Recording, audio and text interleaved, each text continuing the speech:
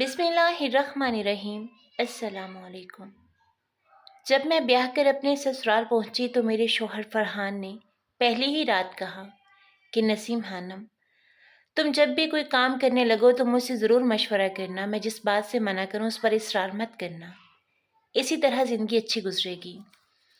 मैंने उनकी नसीहत एक कान से सुनकर दूसरे कान से उड़ा दी, क्योंकि मैं खुद को बहुत अक्लमंद और दूसरों को मामूली समझती थी। ये मेरे वालिदैन के लाड प्यार का नतीजा था। मेरे शौहर फितरतन खामोश मिजाज इंसान थे। उनका एक छोटा सा जनरल स्टोर था जिसकी आमदनी से बहू भी गुजर बसर हो जाती थी। शादी के वक्त मेरी उम्र सिर्फ 17 बरस थी। सारा दिन कभी हमसायों के यहाँ, कभी सहेलियों के घर और कभी हालाजात बहनों के पास वक्त गुजारती। मेरी सास मुझसे डरती थी क्योंकि मैं जुबान दराज थी और मिनटों में बड़ों की बेइज्जती कर दिया करती थी। मियाँ समझाते रहते कि घर पर रहा करो, दूसरों के घरों में रोज़ रोज़ जाने से अपनी इज्जत कम हो जाती है। मगर मैं न मानती। मैं कहती कि मेरा दिल घर में नहीं लगता, तो क्या करूं? घर का कोई काम मैं न करती थी। सारा काम उम्र रसीदा सास के सपुर्द था। वो बेचारी डर के मारे कभी शिकायत न करती कि कहीं उल्टी शिकायत मेरे सर ना आ जाए। शादी के 1 साल बाद अल्लाह ताला ने मुझे बेटे की माँ बनाया। हमने उसका नाम आयान रखा। छोटे बच्चों की तरह वो रातों को जागता घर में, मगर मैं नींद की रसिया थी। शोहर दिन भर दुकान पर काम करते और रात को थके हारे घर आते। सास उनको खाना देती और जब वो सोने के लिए कमरे में आते तो मैं कहती कि तुम्हारा बेटा रात को बार बार जागता है, मेरी नींद खराब हो जाती है।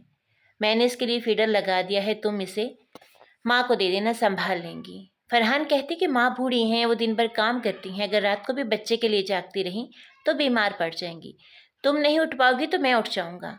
लेकिन अम्मी को तकलीफ न दो। यूं वो खुद रात रात भर जागते, बच्चे को संभालते, जबकि मैं मज़े से सोती रहती।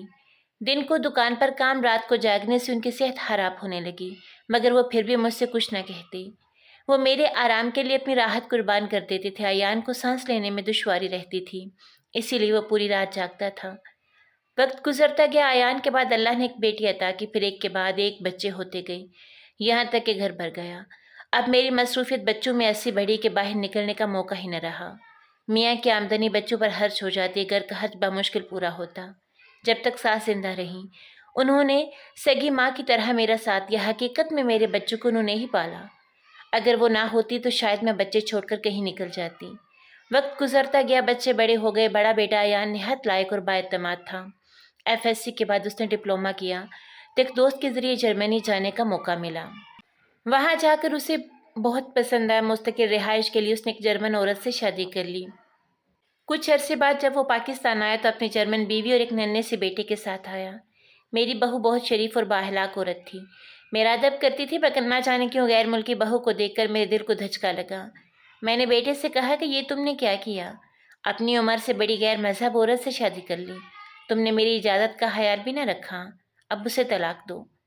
अयान किसी तो राजी न हुआ। उसने कहा कि अम्मी, मैं इसे छोड़ नहीं सकता, वो मेरा घर, मेरी ज़िंदगी है। फरहान मुझे समझाने लगे कि नसीम, ऐसा ना करो, बेटे का हंसता बसता घर मत उजाड़ो। बहू गैर मुल्की है तो क्या हुआ, वो अच्छी औरत है, अखलाक वाली है। वो इतनी दूर से तुमसे मिलने आई है और तुम उसकी तलाक करवाना चाहती हो। कम अज़ कम अपने पोते का ख्याल तो करो। वो अपने घर में खुश हैं, उन्हें वहीं आबाद रहने दो।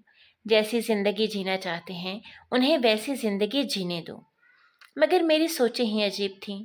कोई ख्याल दिमाग में समा जाता तो फिर उसे निकालना मेरे बस की बात नहीं रहती थी। मैंने रो रो कर दिन रात एक करती और अयान से कहा कि अगर तुमने इस फरंगन को तलाक न दी तो मैं तुम्हें बद्दुआ दूंगी। मेरा बेटा बेचारा चकरा कर रह गया।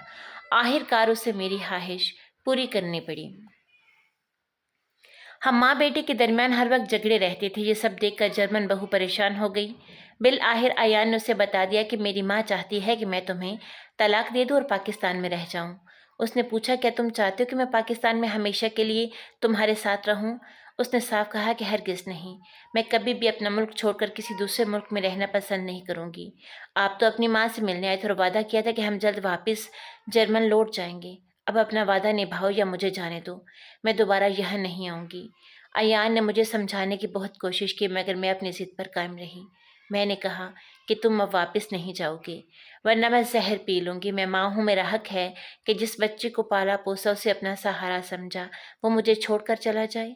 ये मैं गवारा नहीं कर सकती। यूँ 2 कश्तियों का सवार मेरा बेटा बीच मझधार में डूब गया। मेरी जर्मन बहू मेरे रोने पीटने से घबरा कर अपने बेटे को लेकर वापस चली गई। उसने खुद ही अयान से तलाक ले ली ताकि वो मुझे राज़ी रख सके और मेरे पास रह सके। उसका ये कदम मेरे लिए वक्ती खुशी का बायस तो बना, मगर अयान बहुत दिनों तक परेशान रहा, मगर चूंकि मेरे कहने के सिवा उसके पास कोई चारा न था। उसने मेरी खुशी के लिए मेरी भांजी से शादी कर ली और वतन में रहना कबूल कर लिया। वो 1 साल पाकिस्तान में रहा, मगर माकूल रोज़गार न मिल सका। बाप की दुकान पर बैठने से उसका जी उकता गया। तब उसके ससुर ने अपने बेटों के ज़रिए उसका दुबई का वीज़ा लगवा दिया और वो वहाँ चला गया। वहाँ उसके सालों ने उसे अपने कारोबार में शामिल कर लिया और बाद में अपनी बहन यानी अयान की बीवी को भी दुबई बुला लिया। उन्हीं दिनों मेरी बेटी के लिए रिश्ता आया। मैं चाहती थी कि उसकी शादी किसी खूबसूरत नौजवान से हो। हालांकि कई अच्छे और शरीफ घरानों से रिश्ते आए थे, मगर मैंने आला खानदान और शराफत के बजाय सिर्फ खूबसूरती को तरजीह दी। तभी गुलनाज के लिए एक नहायत खूबसूरत नौजवान का रिश्ता आया, जिसका नाम पहली नज़र में ही मुझे वो नौजवान बेहद पसंद आया और मैंने रिश्ता मंजूर कर लिया। मेरे शौहर ने समझाया कि यहाँ रिश्ता मत करो, इन लोगों के बारे में कुछ पता नहीं, न कोई पड़ोसी ने जानता है, ये मोहल्ले में नए किराएदार हैं। मगर मैंने उनके ज़ाहरी टिपटाप देखकर समझा कि खाते पीते लोग हैं और ज़िद में आकर बेटी को ब्याह दिया। मियाँ मना करते रह गए और बाद में बहुत पछताना पड़ा, क्योंकि शादी के 1 माह बाद ही वो लोग मेरी बेटी को लेकर कहीं चले गए और हमें कोई इत्तला तक न दी। 2 साल तक हमें उनका कुछ पता न चला। आखिर एक दिन गुलनाज का हाथ उसने लिखा कि माँ, तुमने मुझे जहन्नुम में धकेल दिया है। ये लोग औरत की कमाई खाने वाले हैं। मुझ पर सख्त पाबंदियाँ और यह खत भी मैं बड़ी मुश्किल से लिख रही हूँ। खत पढ़कर मेरा खून खौल गया, मगर मैंने वो खत अपने मियाँ से छुपा लिया, क्योंकि अगर वो जान लेते तो मेरी खैर न होती। यकीनन वो मुझे तलाक दे देते। फिर मेरी औलाद का क्या बनता। मैं अपनी खुदसरी पर बहुत पछताती रही कि मेरी नादानी ने बेटी को अजाब में डाल दिया, मगर अफसोस अकल फिर भी ना आई।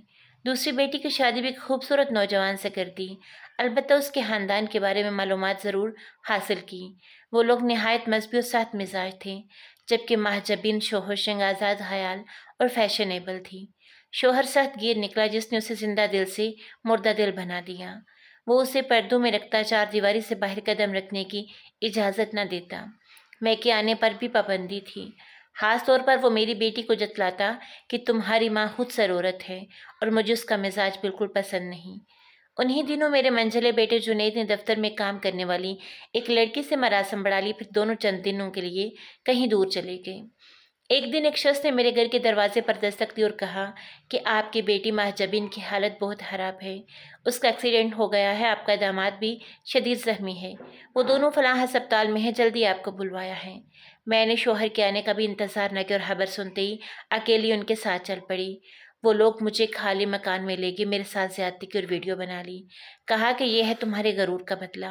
हमारी बेटी को तुम्हारे बेटे ने अगवा किया, कई दिन अपने पास रखा, उसको बेआबरू किया, जबकि वो अभी 16 बरस की नासमझ बच्ची थी। हम किसी को मुंह दिखाने के काबिल नहीं रही। अब तुम भी किसी को मुंह दिखाने के काबिल नहीं रहोगी। अब तुम दफ़ा हो जाओ। मैं रोती हुई घर आ गई। किसी को इस वाक़े की हवा भी न लगने दी कि इसमें मेरी ही बदनामी थी। उन्हीं दिनों एक लड़की मेरे पास आई और बोली, तुम्हारे बेटे फ़हद ने मेरे साथ ज़्यादती की है, जिसकी वजह से मैं बदनामी के दोराहे पर खड़ी हूँ। खुदा के लिए मुझे बचा लो, वरना मैं खुदकुशी कर लूँगी। एक बेटे की ज़्यादती का खमियाजा भुगत चुकी थी, तभी उस दूसरी पर भी मुझे रहम आ गया, क्योंकि मैं खुद ज़ख्म-खुर्दा हो चुकी थी।